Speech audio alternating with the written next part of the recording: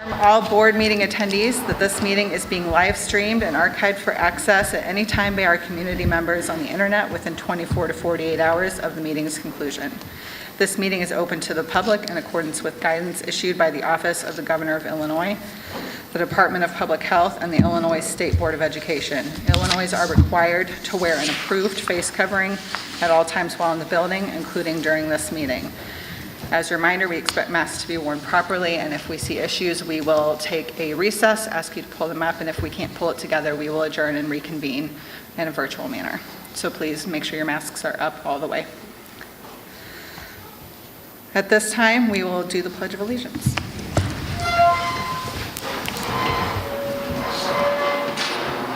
I pledge allegiance to the flag of the United States of America and to the republic for which it stands, one nation, under God, indivisible, with liberty and justice for all.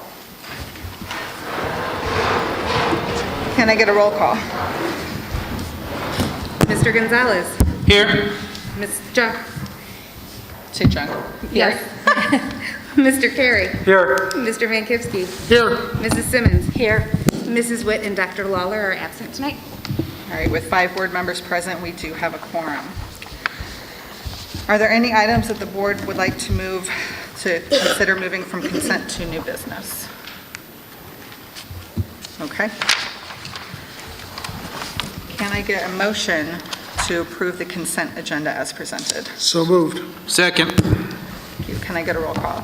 Mr. Gonzalez. Aye. Mrs. Junk. Aye. Mr. Carey. Aye. Mr. Mankivsky. Aye. Mrs. Simmons. Aye. All right, passes with 5-0. Dr. Ladum, Board and Superintendent Sleuth. Yes, thank you. We do have a couple tonight. First, we'd like to start with Dr. Atkins. I'm not sure if he's going to introduce Mrs. McCoy. Yes, Dr. Atkins will introduce Mrs. McCoy, who will share some of our new staff members from John Shields Elementary School. Thank you for introducing us, and I just wanted to make sure that you knew we were bringing, I believe, the rest of our schools here to you tonight. These are our new staff from Kaneland John Shields, and Mrs. McCoy, the principal there, is going to introduce each one of them. Good evening. I'm Marty Mccoy, the principal at John Shields. Thank you so much for all you do to help us have new staff in our district. We have 9 new staff at John Shields. Most of them are here tonight to introduce themselves, and thanks for their hard work in advance. It's been one of the hardest years in education, and they're doing a phenomenal job. Hi, my name is Stephanie Piper, and I teach first grade at Shields.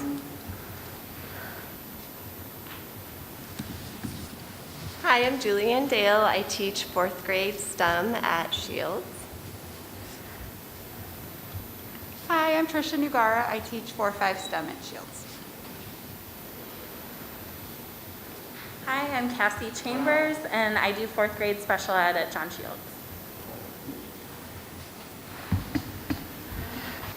Hello, I'm Lindsay Berglund, and I teach half day at McDowell Elementary and half day in the PM at John Shields Kindergarten.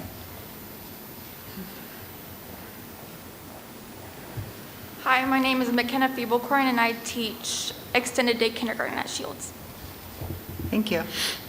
We just wanted to, we just wanted to thank the board for letting all of our new teachers come. I do believe this is the last of our schools that are here tonight, so we're real proud of this class, and we're excited to see what the rest of the year brings for them. So thank you for letting us introduce them to you. Thank you.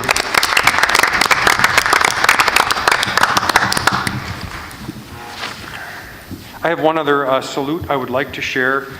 If you recall, last week we had our district spelling bee, and we had about 40 few were absent, about 35 students show up at Meredith for the spelling bee competition, and there's a lot of work for both the school and then the district spelling bees that we have. So we'd like to salute our spelling bee coordinators from each of the buildings. From McDowell, I would like to thank Linda Norton and Mrs. Rachel Wilson. From John Shields, Aaron Eichman and Kara Christensen. From Blackberry Creek, Cindy Babbage and Julia Galvin. Then at John Stewart, Stacy Salzman and Annie Cantrell. and also Anne Marie Franz from the district office, who helped coordinate and set up a lot of the events. So with that, it's a fun night, it's an exciting night, and I'm always so impressed by our students that sit up there or stand up there and spell in front of their peers and in front of big crowds of people. So it's a great experience for our students. And with that, I would like to salute those that helped that night and make it such a success. So thank you to all of them.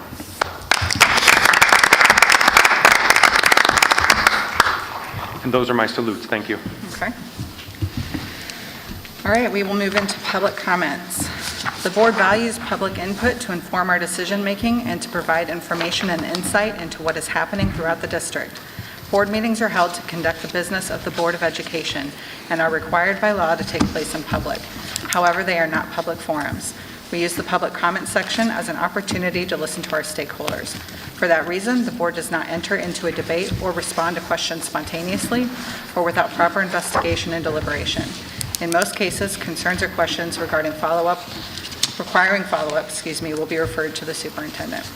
If you choose to speak publicly, we ask that you do so at the microphone, state your name and village of residence or your association with us for the record, and limit your comments to 3 minutes or less so that all who wish to speak may have the opportunity.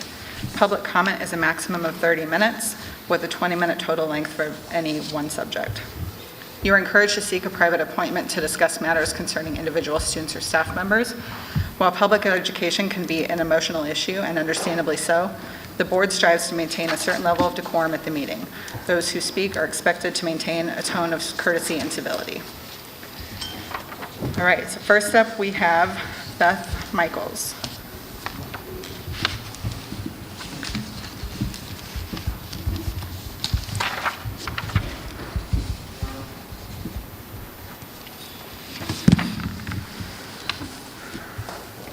Hi, my name is Beth Michaels, and I wanted to read a letter.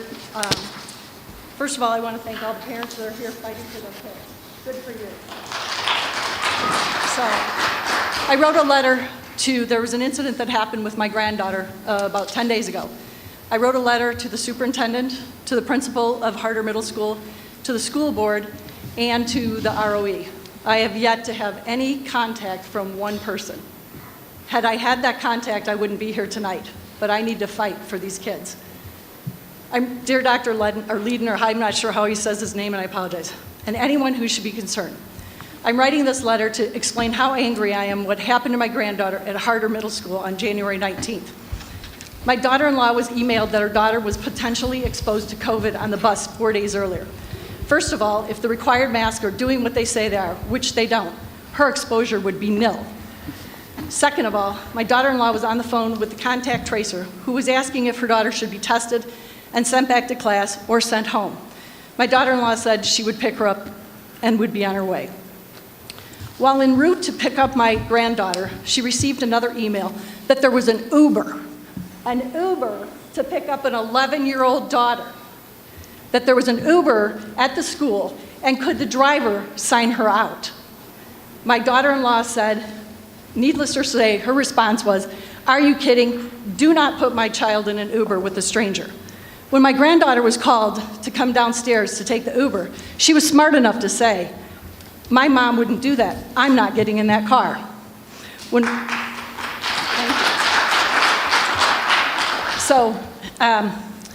I don't know what the staff is thinking. Better yet, I don't know why the school district would let any child leave in an Uber, parent permission or not.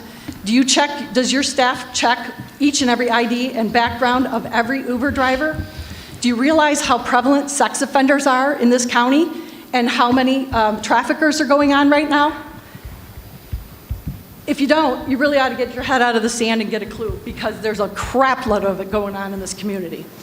Said, had she gone with this driver now knows where she lives, what she looks like, and if anybody else is home with her. You potentially put her in a very dangerous situation. You're the superintendent and ultimately responsible for the actions of your staff. Even though you did not do this, the buck stops with you. My granddaughter had more brains and common sense than any adults in that building that day. Fortunately, no harm came to her that day because of her quick thinking, but that may not be the case for the next child. I have not spoken to one person who thinks this situation is okay or acceptable. Child endangerment should have been charged to anybody putting a child in an Uber, a Lyft, a cab, or anything with a total stranger, including parents and staff. Thank you for your comments. I have one more thing. Please stop sending children home for possible exposure. You're not sending them home for possible exposure to strep, impetigo. I'm sorry, your time is up. I'm going to keep talking. Lice are worse than other contagious diseases. The other, I say shame on the board for not doing your due diligence, because there's an attorney in the state of Illinois who will take you and tell you the guidelines on why you don't have to be masking these children.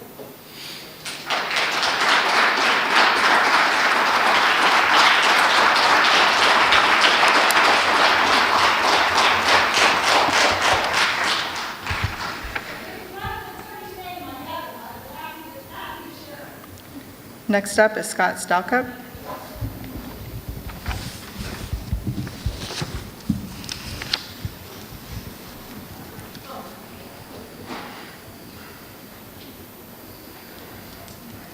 Hi, Scott Stalkup. I have 3 kids in the district. I've said several times prior that I do pray for the local school board, the admin, the superintendent, assistant super, the local officials, elected, et cetera, all the way up through the president, because I think it's important, and they need prayers, they need wisdom, and so I just wanted to restate that again. I've got 2 other questions. One, the lunchrooms, I'm very curious why there is a separate lunchroom for kids that are in their second 5 days of quarantine. Nowhere in the CDC, nowhere in IDPH does it require the kids have a separate lunchroom for the second 5 days they're returned to school. This is discrimination, it's segregation, and you guys should look into it, or you're gonna have some real problems coming. Second, I don't see answers to questions that are being asked. I don't know if they're being updated on the fact sheet or not, but the communication needs to improve. It seems like every time we come up here, whoever it is, there's always a question about communication. So at some point, that needs to improve. The public has raised a couple of ideas in the past 3 or 4 meetings, and I'm real curious what the action is from the school board to resolve the issue. Thank you. Thank you.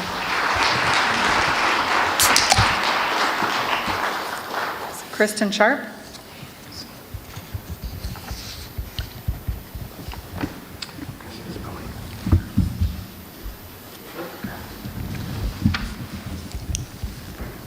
Hi, my name is Kristen Sharp. I live in Sugar Grove, and I have 3 students in the district. When we moved here in 2017, and this school district was a big reason why we chose to live in Sugar Grove. This district was a vast improvement from U46, where we previously resided. They could not even staff a speech therapist for my son's elementary school for the first 8 months of kindergarten to meet his IEP goals. When people would complain about Kaneland, I would tell them we've got it pretty good here. I'm heavily involved in my children's schools. I'm the John Shields PTO board member. I volunteer on several other committees. I'm proud to be part of this Kaneland community. I've had nothing but positive things to say about the most wonderful teachers in this district. This year, our district has become very divided on the topics of COVID, masks, quarantine, Shields testing. My neighbor is on this board, but because we have different viewpoints on these topics, I was unfriended on social media where she discusses these topics and only wanted to hear from like-minded people in her comments. Neighbors are unable to be neighborly. School board members are unable to listen to the community with an open mind. My husband and I began attending school board meetings regularly this year to be involved in the district, listen, and support the parents who have stood here before me. There was a gentleman here at the August board meeting who called Kaneland a dying district. At the time that he addressed the board, I told myself, Kaneland isn't that bad. We're gonna get through this. But since that day, families in this community have withdrawn their children from this district. I personally know of 3 households choosing to homeschool this year, and another who moved to private school. I now know what he meant by that statement. This year has been challenging for everyone. Parents have been up here sharing those challenges with all of you, each and every meeting. I hoped this year would be a positive one for my children coming back to the classroom full time. Instead, my 8th grader brought home a health worksheet to populate the street value of a gram of cocaine and how much cocaine he could purchase. Bathrooms are off limits to the students during the day with the exception of a 3-minute passing period. My son says there's a long line to use the restrooms and they are marked tardy to class if they are caught waiting in this line. I can't imagine it's challenging to properly do your business and properly wash your hands and get to class in 3 minutes. Emails about security concerns and threats are the norm. We are in the process of making a difficult decision of removing our oldest child from the district next year and attending a private high school. Some of you may think, who cares? It's just one student. But when you add him in with Ava, Andy, David, Tristan, Gianna, Jocelyn, Bella, and Lexi, the list just continues to grow. I still have 2 more children enrolled at John Shields, and I still have faith in this district. Many of you are on this board until 2025. You all have heard the parents speak in recent months about curriculum concerns, standardized-based grading, mental health issues. We as parents need to feel like we're being heard up here. As a parent, I don't expect to agree with every decision that the district makes, whether it's from the CDC, ILDPH, or Dr. Layden, but my hope is that the decisions are made with our students at the forefront of these decisions. Please, as board members, don't let Kaneland be a dying district. We can do better for our children. Thank you. Thank you.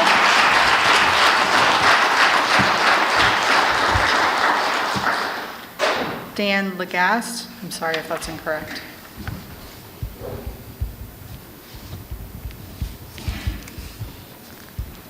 Quite all right, did we get to remove our masks while we talk? I'm sorry, no, you did not.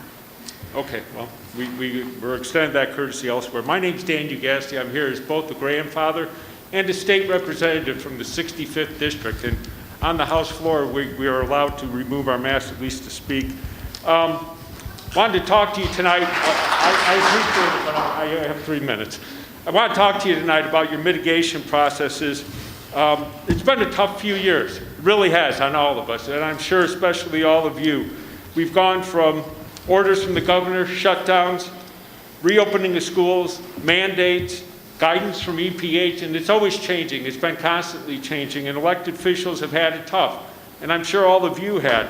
And you have a special task. You have the task of caring for our children, and you have a task of caring for my grandchildren, and I appreciate the fact that you are willing to do that. And I have no doubt that you have their best interests in mind, even if our opinions differ at times on how to do things. The disease is out there. We know it's out there. We've been told it's not going away. This is going to be endemic, and unfortunately, it's on the decline right now. However, I'm told your mitigations went up recently, and my daughter reached out to see if we could get the mitigations turned back down because it's negatively impacting the children. And I know this because I know it's also negatively impacting my grandchildren in particular. It's hurting them emotionally, it's hurting them mentally, and they're falling behind in school because of this. So what have we learned over the past few years? Well, what we've learned is that remote learning doesn't work. Developmentally and educationally, our kids unfortunately are falling behind. And it's taking a severe emotional and mental toll on all of our children. The governor opposed a mask mandate, and he's asked you to keep as much social distance as possible for the kids. And that's something you have to do. But the rest is guidance from IDPH. It's guidance. It's suggestions. I wish we could protect all these children from every risk that might ever come to them. That would be a wonderful world if nothing bad ever happened to any of our kids. Unfortunately, diseases are out there, and no matter how much we do, there are going to be consequences. But unfortunately, sometimes when all we're doing is focusing on one consequence, we fail to realize the harm coming from others. We know this disease is out there, but we also know it's highly unlikely to affect our kids. These mitigations are taking emotional tolls on our children. They're worried about being segregated because they have to come back after an exposure. They're worried about being isolated in their own classrooms. Please, take away these mitigations. All I'm here tonight to do is ask you to do what I've asked other legislators to do. We're elected officials. Please, get involved. Don't leave it just with one executive, no matter how well-intentioned or how hard they're trying. The best ideas come when we're all involved. Do what the people who elected you asked you to do. Thank you. Thank you.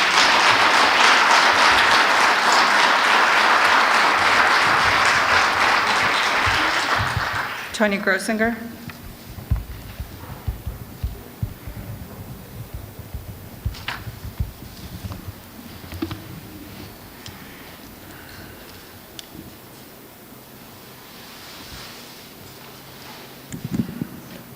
Sonia Grosinger from Maple Park. Uber and cocaine. Wow, that's something to be real proud of over here. I just wanted to let you know, now I'm going to talk as a mom. I've been trying to do that some, but I've also been trying to give facts and stuff and trying to support everybody here, but now I need to stand up for my kid.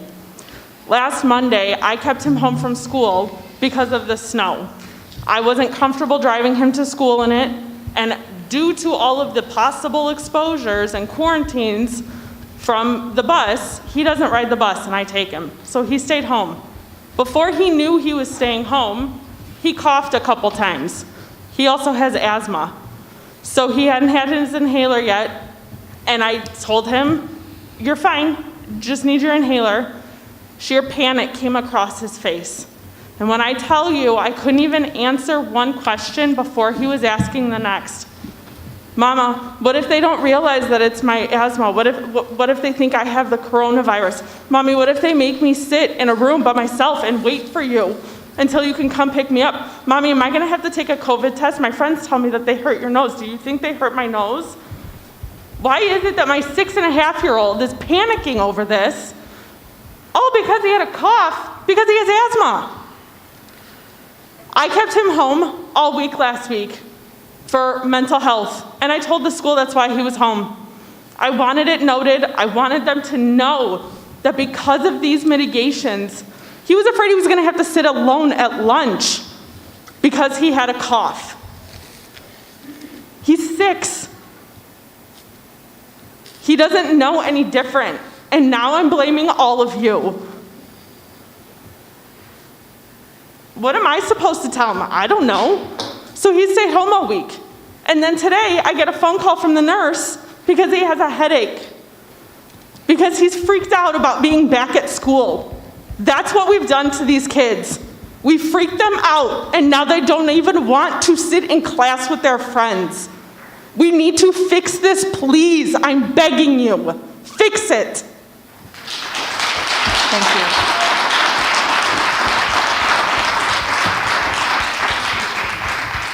Aaron Zwick.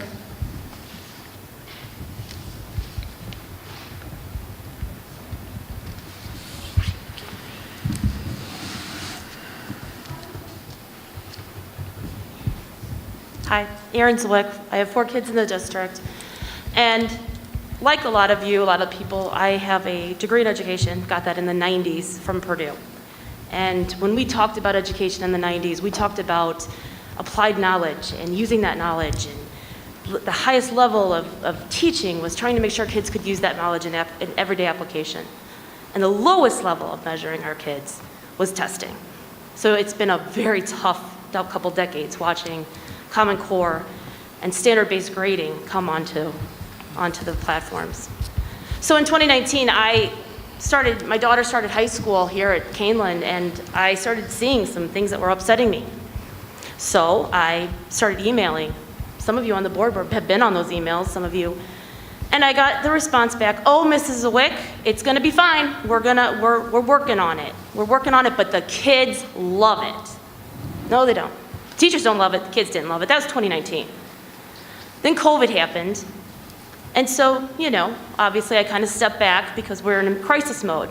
But as I'm sitting at the dining room table, and my daughter's doing this work, and I'm like, this isn't right. This is, obviously I know things change, pendulums change in education, but this doesn't seem right.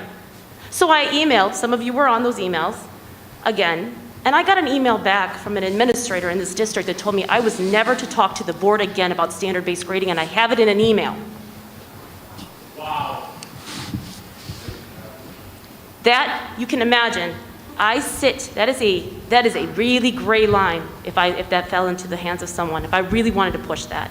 That is a suppression of my First Amendment rights to the elected officials that I elect. I vote for you people. I either vote or not vote for you. I always do. So I let things go because we were in crisis mode, and I gave grace to that email because emotions are high during COVID. But then what happened was, now here we are. This last round of parent-teacher conferences at the high school, the teachers are starting to send SOSs. This isn't a COVID issue.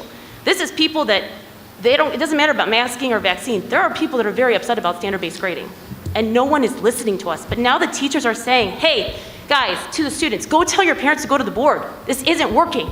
And they're not listening to us. So all I'm asking, I ask the people that are on this stage, that I'd like to see a survey, a real survey. One that's not tricky questions like we had last spring, a real survey of all the stakeholders at the high school and talk about it. Let's see how this really works. Let's see what's really working and what's not really working. Because I'm not saying we should get rid of standard-based altogether, but it's not working in its current form. And it's not implementing, something's wrong. The teachers are upset, the kids are upset. And right now, I just talked to 2 graduates of this high school who said they had to change their major because they were not prepared. So that is not what that says, is it? Thank you.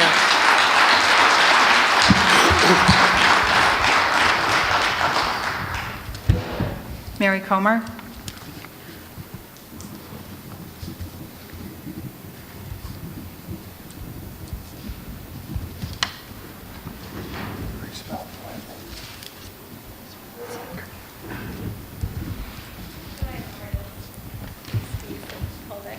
How do I lower it? I don't want to break it in front of everybody. Okay, good evening, board. My name is Mary Comer. I currently have one of my 3 children enrolled in the Kaneland district. I have faithfully followed along with your monthly board meetings so that I can be up to date with what's happening in my son's school. When COVID mitigations began, I was so hopeful that this community and its elected members would stand up for our children and come together to keep school the safe place it's always been. Instead of being a community that has chosen to comfort and protect its members, our school has become a place of division, isolation, and neglect. My son has always found refuge in school. He's always been able to keep a deep connection with his teachers. The structure and safety of the building has eased many of his anxieties. He's always been challenged to excel in areas where he was gifted. But this year, my son has been anything but challenged.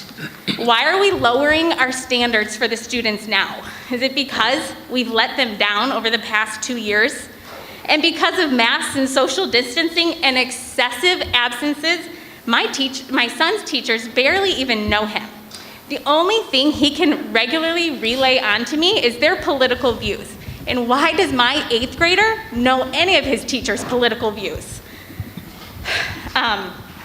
My son has become more worried about the placement of his mask than failing a test or even failing a class. He gets more stressed about walking into a building with a mask than he does any of his grades, and that should not be this school's priority.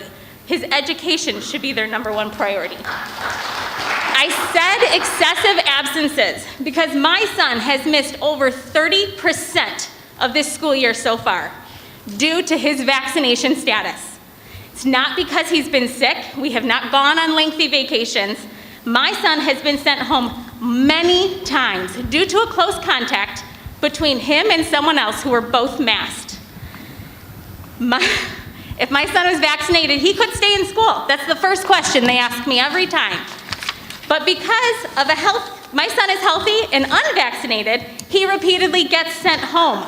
How many 13-year-old boys are begging to come to school, but the administration is saying, no, he can't? If my son has missed over 30 days of instruction this year, how can you say that he has gotten the equal education as his vaccinated peers? They've only missed a fraction of days. I've started with the chain of command dealing with my concerns as they've come up. My most recent conversation was with the principal of my son's building, and his response was, yeah, it's not fair. I know it doesn't make sense, but I've just given up fighting that. Well, guess what? I'm not done fighting, and I know there's a lot more parents who are not done fighting either. In the many days my son has had off, we've also been able to check out some other education opportunities for him. Within 20 minutes of our home, there are multiple schools who aren't enforcing political mandates and curriculums. Thank you for your comments. You failed my son.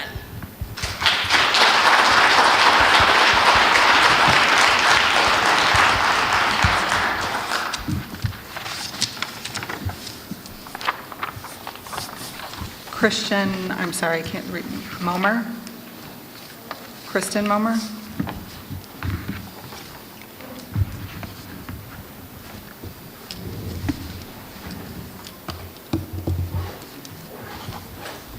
I'm Kristen Wolmer. I reside in Elburn, and I have one student at John Stewart who's I need you to put your fourth mask grade. on, please. I'm sorry, no one's around me, and if the president can talk without a mask and the governor can, I will do so also. We will not be proceeding unless you put your mask on. This is a book that the fourth graders are reading. I need you to put your mask on, I Am please. Malala, how one girl stood up for education and changed the world. Malala Yousafzai was only 10 years old when the Taliban took control of her region. All right, we will be adjourning They said for a girls recess, couldn't go and to we will school, but reconvene in Malala about was 10 taught to minutes stand up for and what hope she that folks believes will in follow and the fought for her guidelines. Thank rights. you. Then she was shot point blank while riding the bus on her way home from school. This is why you're teaching fourth graders. At first I was upset with it because it isn't even PG-13. 7:31. But now I'm okay with it because she stood up for her rights, which you guys are taking away. Brian, don't say anything.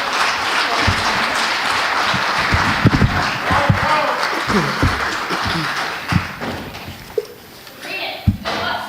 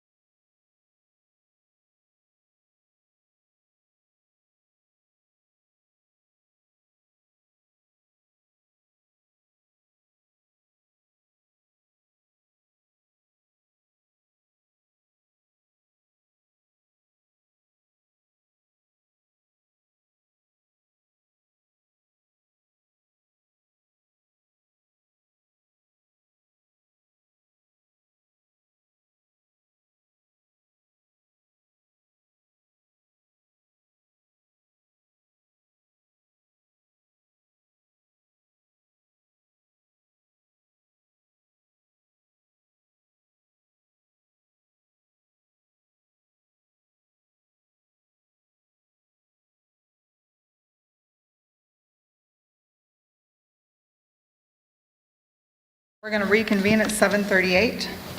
The next person for public comment is Lacey Woolmer.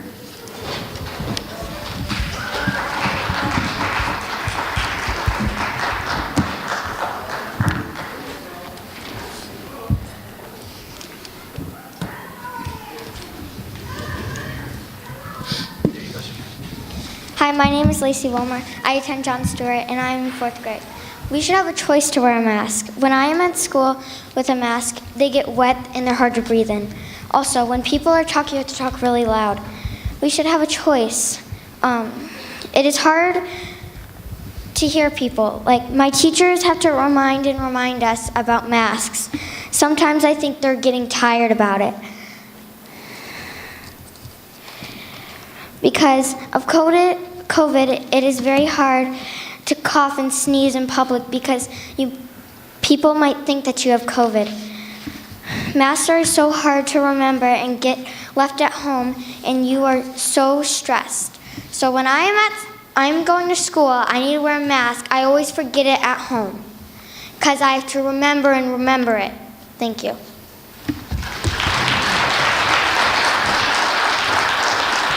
Thank you.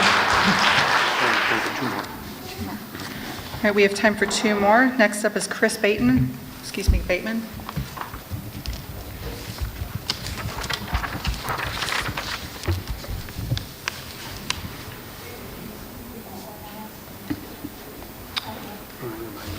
I'm a little taller than a 4th grader. Quick reminder before Chris starts, please pull masks up all the way over your nose and chin, mouth. Go ahead, sir. All right, Chris Bateman, I have 2 kids in the district. In July of 2021, you, the school board, voted to allow the administration to determine process and policy and adjust based on new guidance for COVID-19 protocols. You opted not to be a part of any decision-making regarding this topic moving forward. Since that time, we've had many changes, most notably going from mask optional to mask mandatory, even before the mandate came from the governor, and more recently in reducing exclusion timing from 10 days to 5. I'm concerned that making the choice you did in July, you're not fully aware of the process and policies that are in place, nor are you in tune with how they're being operationalized, and here's an example. On Monday, 1/17, we were sent an email from Kaneland to explain that new guidance had been provided and that we would, quote, as a result, effective immediately, Kaneland School District will implement the updated guidance. The following day, Tuesday, I was notified that my daughter had been in close contact in the classroom and was offered the opportunity to test to stay, which we did. However, after rereading through the updated guidance that Kaneland had sent only the day prior, it appears that test to stay was not necessary. Following the links in the email, there's a link that says guidance. I was taken to the CDC website. That website had a title page of Overview of COVID-19 Quarantine for K-12 School. The first link under that headline was Close Contact. This is from that site. A close contact through proximity and duration of exposure is someone who was less than 6 feet away from an infected person for a cumulative total of 15 minutes or more over a 24-hour period, which we've all discussed. Bullet point number 1 under that, exception. In the K-12 indoor classroom setting where mask use can be observed, the close contact definition excludes students who were between 3 to 6 feet of an infected student if both the infected student and the exposed students correctly and consistently wore well-fitting masks the entire time.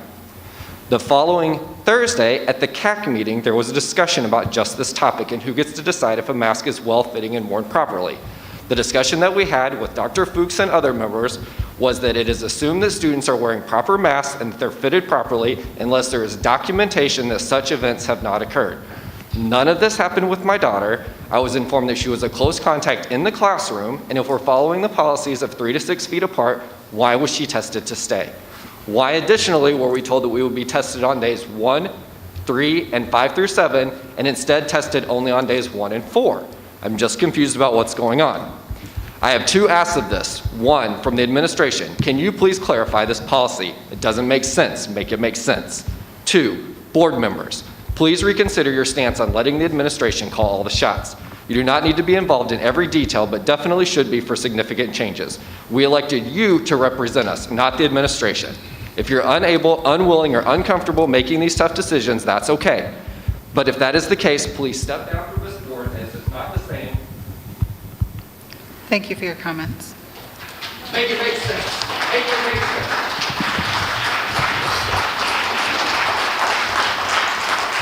One more. We're going to have to shut down.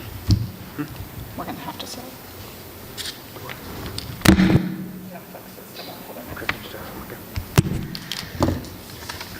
Unfortunately, at this point, I'm going to have to take a vote from board members to adjourn tonight's meeting, and we will resume on Thursday. Is that correct? Thursday night. It'll be a virtual meeting on Thursday. Thursday night virtual meeting. Can I get a roll call?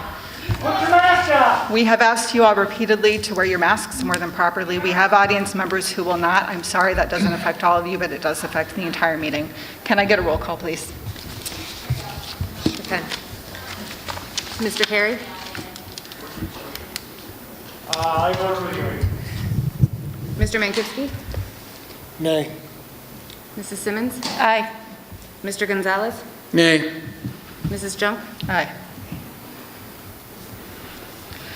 All right, with a vote of 3-2, it passes. I adjourn the meeting. Our